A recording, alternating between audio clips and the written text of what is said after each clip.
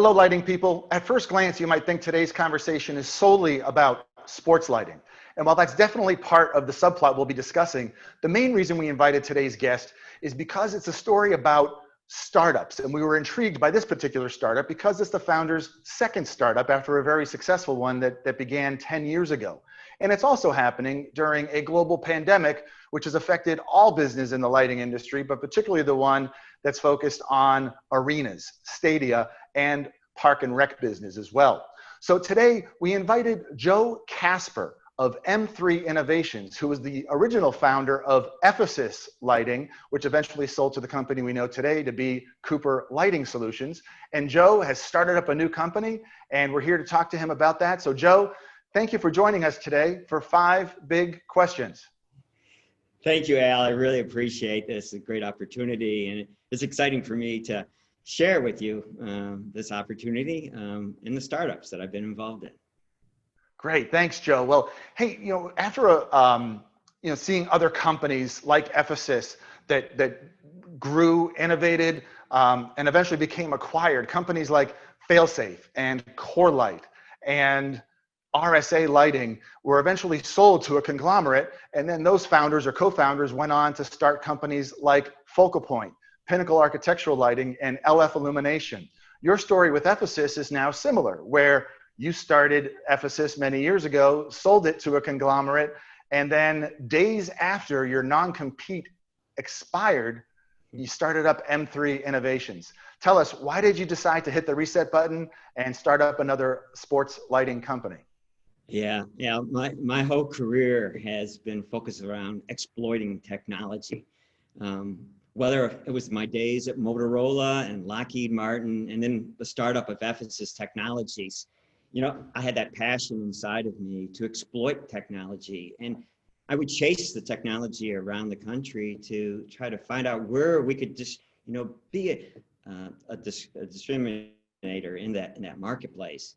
And today, I see an incredible opportunity to disrupt the sports lighting market. The market has become saturated with manufacturers, all over the world trying to copy one another, and make incremental changes out there in the market. And, they're focused on, who has the best product, and they're focused on warranty, and they're sustaining innovation, And one of my favorite quotes is from Henry Ford, if you would have asked people what they wanted, they would have said faster horses. So today is the perfect time to disrupt the sports lighting market. And M3 Innovation has developed a solution that's more than just a sports light. We're thinking beyond the consumer's imaginations. We're incorporating existing fragment technologies into a single solution into the market. And it's great to be back, in the market, and I'm looking at knocking off the giant from the pedestal. That's excellent. And certainly many years ago, we all suspected that the transition from traditional sports lighting sources would move over to LED sources, but you and your former company are credited with accelerating that transition by many. So it's exciting to see what you have in store for us with M3 Innovations. A recent headline in an upstate New York newspaper read as follows: "Coronavirus killing lights. Syracuse entrepreneurs launch sports lighting company with the pandemic in mind." Joe, tell us how your company and its products will help address the pandemic. It's great to hear that.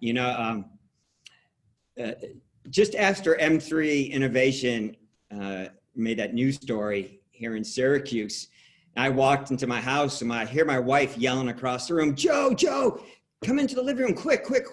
Hey, come see ABC National News. The NBA is talking about using UV lights to protect players and using them in practice venues. And it brought excitement to my ears. It's using ultraviolet light to kill mold and bacterias and viruses is not something new.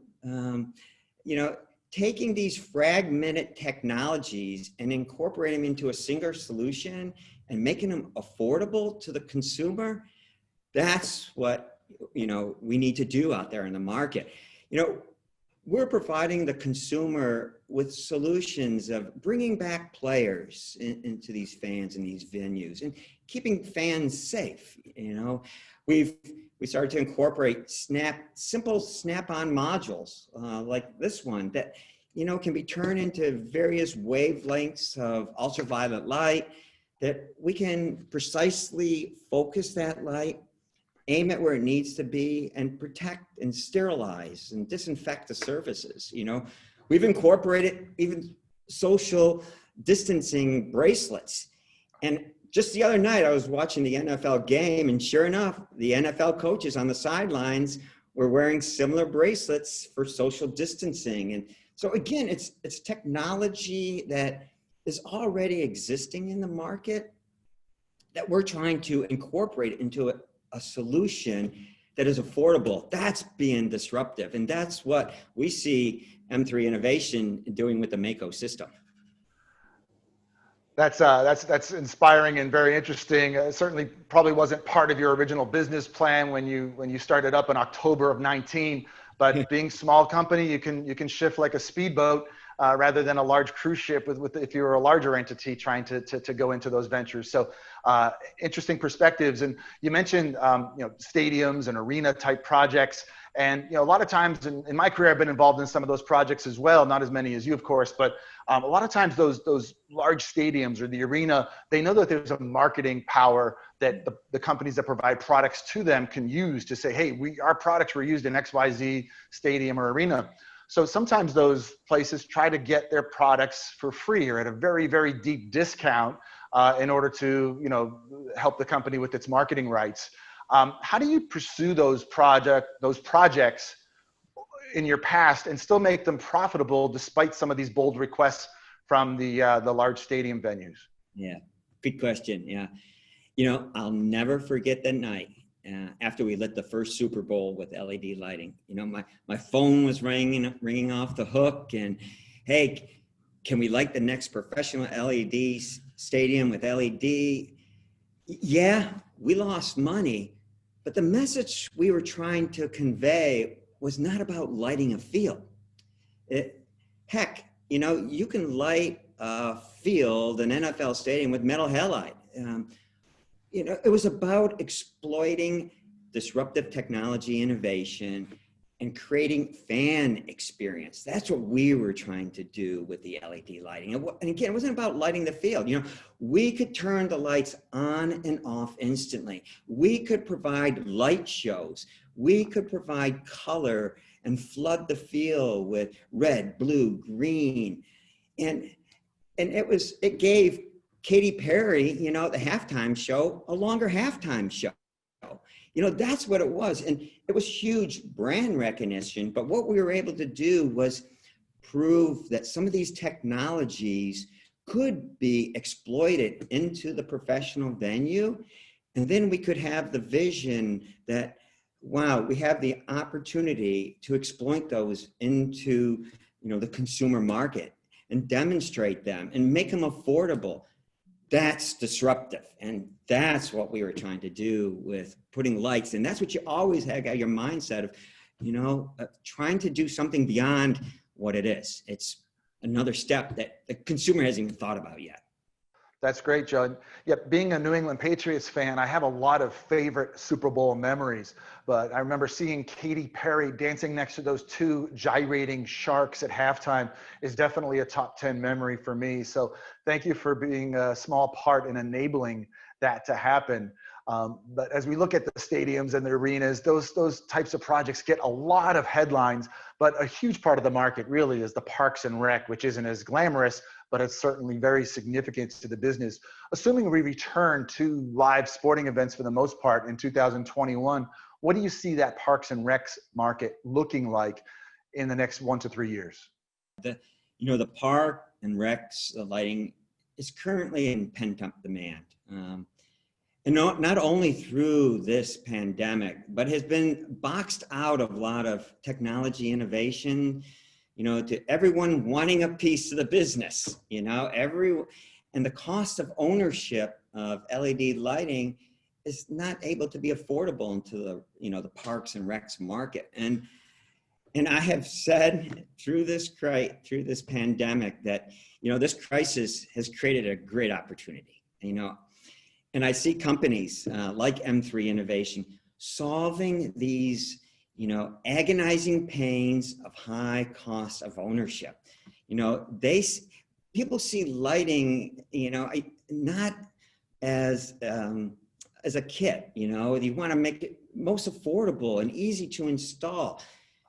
You got to have a game-changing solution out there that significantly reduces the manufacturing costs, that eliminates the needs for cross arms and wiring, and systems that don't need to be commissioned, and systems that are modular and can adapt to the ever-changing market that we're in. A system that can live stream video, today in the pandemic, that you can use a simple video that it's existing already in the market, incorporating into a lighting solution that allows, grandma and grandpa to watch a game at a park and recs. That's where I see the next generation of sports and recs lighting, is taking these existing technologies, incorporating in a solution, be quick and agile, and understand the pains and the thresholds of the cost points in the parks and recs. Makes sense. And Joe, those parks and rec projects are often sold without agents. Sometimes they're sold with agents. And in your experience, you've done both. When you consider the agent and the value they bring to the table, what do the really good agents who can really drive sales to that parks and rec market, what are they doing differently than the ones who maybe struggle a little bit more?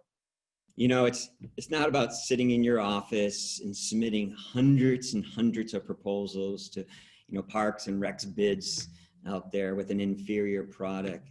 Nor is it about, knocking down successful manufacturers, or, bashing their product limitations, or attacking, their customer relationship. It's not about that to be successful in the parks and recs. It's the next successful sports lighting company, knows how to disrupt the market, knows how to bring novel solutions, the customer's not even expecting yet. And that's being disruptive. And that's disruptive innovation that I see today in M3 Innovation. Excellent, Joe.